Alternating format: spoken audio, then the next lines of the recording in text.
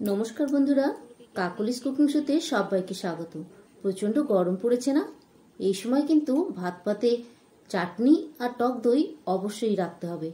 আর যদি তার সাথে থাকে হালকা পাতলা সবজির তরকারি, খেতে কিন্তু বেশ ভালো লাগে। তো আমি আজকে রান্না করেছি একদম কম তেল মশলায় তৈরি খুব সুন্দর একটা রেসিপি, আর সেটাই আজকে আপনাদের সঙ্গে শেয়ার করছি। তো সম্পূর্ণ রেসিপিটা দেখার অনুরোধ জানিয়ে শুরু করছি আমার আজকের রেসিপি।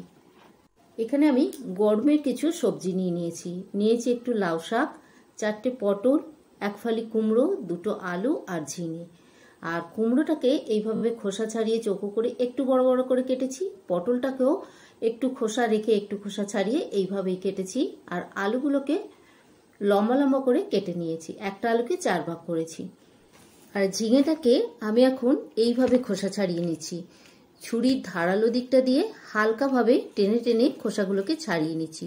ছুরিটা এতটাই হালকাভাবে রাখতে হবে যাতে ঝিঙের উপরে বেশি চাপ না পড়ে।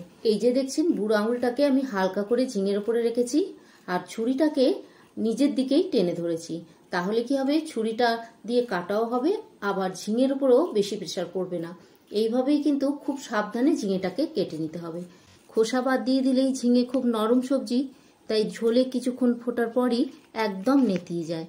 তাই এইভাবেই খোসা ছাড়িয়ে নেবেন। সমস্ত সবজি সুসিদ্ধ হবে অথচ গোটা গোটা থাকবে, তবেই কিন্তু তরকারি দেখতে ভালো হবে আর খেতেও ভালো লাগবে। তো আমি ঝিঙেটাকে এইভাবে ছাড়িয়ে নিয়েছি। এবার কুমড়ো আর পটলটাকে যে সাইজের কেটেছি, ঝিঙেটাকেও ঠিক সেইভাবেই টুকরো টুকরো করে নিচ্ছি। আর ঝিঙেগুলোকে আমি এইভাবে টুকরো করে নিয়ে মাঝখান থেকে আরেকটা টুকরো করে নিচ্ছি। আর আমি পটলগুলো নিয়েছিলাম বেশ লম্বা লম্বা, তাই একটা পটলকে 4 ভাগ করে নিয়েছি। মানে লম্বালম্বি ভাবে মাঝখান থেকে কেটেছি, আবার আড়াআড়ি ভাবেও মাঝখান থেকে কেটেছি।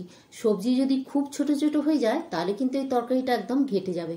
তবে ঘাটা সবজি যেহেতু আমরা অনেক সময় চচ্চড়ি খাই ঘাটা, সেটা খেতে ভালো লাগে, কিন্তু এইখানে যেহেতু এটা চচ্চড়ি নয়, এটা সবজির তরকারি, তাই সবজিগুলো একটু গোটা গোটা থাকলে দেখতে ভালো লাগবে, খেতেও ভালো লাগবে। তো আমি ঝিঙেগুলোকেও এইভাবে কেটে নিলাম। এখন আমি রান্নাটা শুরু করব। কড়াই দিয়ে দিচ্ছি বেশ খানিকটা সাদা তেল। তবে যেহেতু হালকা পাতলা রান্না, তাই খুব বেশি তেল দেবো না। 2 চামচ মতন তেল এখানে আমি ব্যবহার করছি। তেলটা একটু গরম হয়ে গেলে এর মধ্যে আমি সবজিগুলোকে দিয়ে ভেজে নিচ্ছি। প্রথমে কুমড়োটা দিয়ে দিলাম, হালকা একটু রং ধরা পর্যন্ত কুমড়োটাকে ভেজে নেব। যেহেতু রান্নাটা একটু কম তেলে হবে, তাই আমি সবজিগুলোকে আর আলাদা আলাদা করে ভাজছি না, একই সঙ্গে ভেজে নিচ্ছি। তবে এক একটা সবজির কুকিং প্রসেস তো এক এক রকম হয়, তাই আমি একটু আগে পরে করে সমস্ত সবজিগুলোকে একই সাথে ভেজে নিচ্ছি। তো কুমড়োগুলোকে একটু উল্টে পাল্টে একটু রং ধরা পর্যন্ত ভেজে নিলাম। এবার এর মধ্যে দিয়ে দিচ্ছি পটল আর আলু। আচ্ছা, আমি এখানে পাকা কুমড়ো ব্যবহার করেছি, আপনারা কিন্তু কাঁচা কুমড়োও ব্যবহার করতে পারেন, সেটা দিয়ে খেতেও কিন্তু খুব টেস্টি হয়। আর এছাড়াও পেঁপে দিতে পারেন, অরেঞ্জ কালারের যে গাজরগুলো হয় সেগুলোও দিতে পারেন, সাদা আলুর পরিবর্তে রাঙা আলুও দিতে পারেন।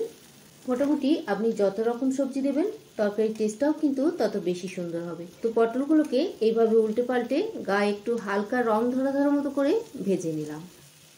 আর এই সময় কিন্তু আমার গ্যাসের আঁচটা আছে মিডিয়াম টু লোতে। তো এই সবজিগুলো ভালো করে ভাজা হয়ে গেছে। এখন আমি এর মধ্যে দিয়ে দিচ্ছি ঝিঙে। আর ঝিঙে যেহেতু ভাজা যাবে না, তাই হালকা একটু কালারটা চেঞ্জ হওয়া পর্যন্ত এটাকে আমি ভেজে নিচ্ছি। কালারটা চেঞ্জ হওয়া বলতে ঝিঙেটা একটু নরম, একটু জল জল মতন হয়ে যাবে, এইভাবে ঝিঙেটাকে আমি ভেজে নিচ্ছি। তো বেশ কিছুক্ষণ ধরে ভেজে নিয়েছি। আর দেখুন, আঁচটা কিন্তু অবশ্যই মিডিয়াম টু লোতে রাখবেন। খুব অল্প তেলে রান্না, আর কুমড়োটা রয়েছে, তাই কিন্তু একটু তলা ধরে যেতে পারে। তো এখন আমি এর মধ্যে দিয়ে দিচ্ছি 2টো কাঁচা লঙ্কা বাটা। আপনারা এখানে কাঁচা লঙ্কা বাটা না দিয়ে গোটাও দিতে পারেন। দিয়ে দিলাম 1 চামচ আদা বাটা, 1/4 টিস্পুন হলুদ গুঁড়ো। হলুদ কিন্তু এই রান্নায় একদম কম লাগে। দিয়ে দিলাম স্বাদ অনুযায়ী নুন। এবার সবকিছু একসঙ্গে ভালো করে আরও কিছুক্ষণ নাড়াচাড়া করে নিচ্ছি। আদাটা হালকা একটু ভাজা ভাজা করে নেবো, তবে খুব বেশি ভাজলে কিন্তু আদা তেতো হয়ে যায়, তাই আদাকে হালকা একটু নাড়াচাড়া করে নিলাম। মোটামুটি আগে পরে করে সবকটা সবজি দিতে দিতে আমি 3-4 মিনিট এই সবজিগুলোকে ভেজে নিয়েছি। এবার এর মধ্যে দিয়ে দিচ্ছি জল। আমি খুব বেশি ঝোল ঝোল করবো না, আবার খুব কম ঝোলও থাকবে না। মোটামুটি সবজিগুলো জলের উপরে হালকা একটু ভেসে ভেসে থাকবে, এই রকম ভাবেই আমি জলটা দিয়ে দিলাম। আর যেহেতু প্রত্যেকটা সবজি এখানে নরম সবজি, আর পটল ঝিঙে এইগুলো থেকেও হালকা একটু জল বেরোবে, তাই আমি খুব বেশি জল হতে দিলাম না। আর এই রেসিপিটা কিন্তু খুব বেশি ট্যালটালি ঝোল হবে না, একটু কম ঝোল হবে। যেহেতু খুব বেশি মশলা দেওয়া নেই, তাই যদি অনেক ঝোল করি একেবারেই পাতলা হয়ে যাবে। তো আমি সেই হিসাবেই জলটা দিয়ে দিলাম। এবার চাপা দিয়ে ফুটতে দেবো বেশ কিছুক্ষণ, যতক্ষণ না সবজিগুলো 80% মতো সেদ্ধ হয়ে যাচ্ছে। যতক্ষণ সবজিটা সেদ্ধ হচ্ছে আমি এখানে লাউ শাকটাকে কেটে নিচ্ছি। লাউ শাকটার আমি এই একদম কচি কচি ডগাগুলোকেই কেটে নিচ্ছি। আমি মোটা ডাঁটাগুলো কিন্তু দেবো না, মানে ডগা বলতে লাউ শাকের একদম সামনের দিকের যে অংশগুলো আছে সেগুলো কেটে দিয়ে দিচ্ছি।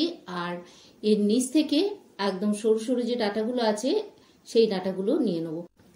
মোটা ডাঁটা একটাও দেবো না, তবে আপনারা চাইলে কিন্তু মোটা ডাঁটা ব্যবহার করতে পারেন। তবে সেক্ষেত্রে সবজি যখন ভাজা হয়েছে তখনই কিন্তু ডাঁটাগুলোকে দিয়ে একটু ভেজে নিতে হবে সবজির সঙ্গে, না হলে সেদ্ধ হবে না। তো আমার এই শাকটার মধ্যে খুব বেশি ডগা নেই, 4-5টা হয়তো ডগা আছে। আর ডগার নিচ থেকেও আমি কিছুটা করে ডাঁটা এখানে কেটে নিয়েছি। তো মোটামুটি 1 মুঠো মতন লাউ শাক আমি এখানে নিয়েছি। আপনারা চাইলে কিন্তু কচি পাতাও এর মধ্যে দিয়ে দিতে পারেন, তবে আমি অন্য কোনো রেসিপি করব এগুলো দিয়ে, ওই জন্য আর এগুলো এই রেসিপিতে ব্যবহার করছি না। আর লাউ শাকের এই ডগাগুলো দিয়ে আলু দিয়ে পোস্ত হয় কিন্তু খুব সুন্দর। কোনো একদিন আপনাদের সঙ্গে সেই রেসিপিটাও শেয়ার করব। তো লাউ শাকটাকে কেটে নিয়ে ভালো করে ধুয়ে নিয়েছি। প্রথমে একটু নুন জলে ভিজিয়ে রেখেছিলাম, তারপর প্লেন জল দিয়ে ধুয়ে নিয়েছি। কারণ এই লাউ পাতাগুলোর মধ্যে ছোট ছোট একদম পোকা থাকে, যেগুলো আমরা চোখেও দেখতে পাই না। তাই প্রথমে নুন জলে ধুয়ে তারপর প্লেন জলে ধুয়ে নেবেন। তো এদিকে আমি সবজিগুলোকে প্রায় 5 মিনিট মতো ফুটিয়ে নিয়েছি। সবজিগুলো দেখুন, একটু দেখে নিচ্ছি সেদ্ধ হয়েছে কিনা। কুমড়োটা দেখে নিলেই বোঝা যাবে সেদ্ধ হয়েছে কিনা। ঝিঙে তো এমনি সেদ্ধ হয়েই যাবে, পটলও সেদ্ধ হয়ে যাবে। হ্যাঁ, কুমড়োটা মোটামুটি ভেতরের দিকটা একটু শক্ত আছে। এই দেখুন, কাছ থেকে দেখিয়ে দিচ্ছি, দেখলেই বুঝতে পারবেন কালারটা একটু চেঞ্জ হয়েছে। এখন এই কড়াইটাকে অন্য গ্যাসে শিফট করে দিয়ে এই গ্যাসে বসিয়ে দিচ্ছি আর একটা কড়া। দিয়ে দেবো আর একটু তেল, সামান্যই তেল দেবো। আর এই তেলের মধ্যেই আমি প্রথমেই ভেজে নেব বড়ি। আমি এখানে মসুর ডালের বড়ি নিয়েছি, আপনারা কলার ডালের বড়িও নিতে পারেন। কিছুদিন আগে ডালের বড়া দিয়ে বাটা মাছের একটা রেসিপি আপনাদের সঙ্গে শেয়ার করেছিলাম না, সেই রেসিপিটা তৈরি করতে গিয়ে কিছুটা ডাল বেশি ছিল, সেটা দিয়েই আমি বড়ি তৈরি করে নিয়েছি। সেটাই এই রেসিপিতে ব্যবহার করলাম। এখন আমি তেলের মধ্যে দিয়ে দিলাম 5 ফোড়ন আর 2টো কাঁচা লঙ্কা। কাঁচা লঙ্কা চাইলে এই সময় আপনারা স্কিপ করতে পারেন, তবে আমি কাঁচা লঙ্কাটাকে ফাটিয়ে দিইনি, গোটাই দিয়েছি জাস্ট একটা সুন্দর গন্ধ আসার জন্য। এবার দিয়ে দিলাম শাকটা। এবার শাকটা দিয়ে হালকা একটু নাড়াচাড়া করে নেবো। আর যেহেতু আমি এটা লাউ শাকের একদম ডগার অংশটা দিয়ে রান্না করছি, তাই এটা কিন্তু আমি সবজির সঙ্গে আলাদা করে ভাজিনি, না হলে সবজি সেদ্ধ হতে হতে ডাঁটার এই অংশগুলো একদম গলে যেত। তো এটা কিন্তু এই সবজিটাতে ফোড়ন দেওয়া হলো। এবার হালকা একটু নাড়াচাড়া করে নিয়ে এর মধ্যে দিয়ে দেবো সামান্য একটু মিষ্টি। নিরামিষ তরকারি একটু মিষ্টি মিষ্টি হলে খেতে বেশি ভালো লাগে, তবে আপনারা চাইলে মিষ্টিটাকে স্কিপ করতে পারেন, তবে আমার মতে একটু দিলে টেস্টটা অনেক বেশি সুন্দর হবে। তো মিষ্টিটা দিয়ে হালকা আবারও একটু নাড়াচাড়া করে নিয়ে চাপা দিয়ে ফুটতে দিলাম আরো 2 মিনিট। তো সবজিগুলো সেদ্ধ হয়ে গেছে। এবার আমি ওপর থেকে ছড়িয়ে দিচ্ছি 1/2 চামচ ভাজা জিরের গুঁড়ো। গোটা জিরে নিয়ে শুকনো খোলা একটু হালকা করে ভেজে নিয়েছিলাম, সুন্দর গন্ধ এসে গেলে সেটাকে বেটে নিয়ে দিয়ে দিয়েছি। তো গরমের দিনের জন্য এই হালকা পাতলা সবজির রেসিপিটা আপনাদের কেমন লাগলো কমেন্টের মাধ্যমে অবশ্যই জানাবেন। যদি ভালো লেগে থাকে প্লিজ একটা লাইক করবেন আর ভিডিওটাকে শেয়ার করবেন ফ্রেন্ডস এন্ড ফ্যামিলির সঙ্গে। দেখা হবে অন্য একটা নতুন রেসিপি নিয়ে।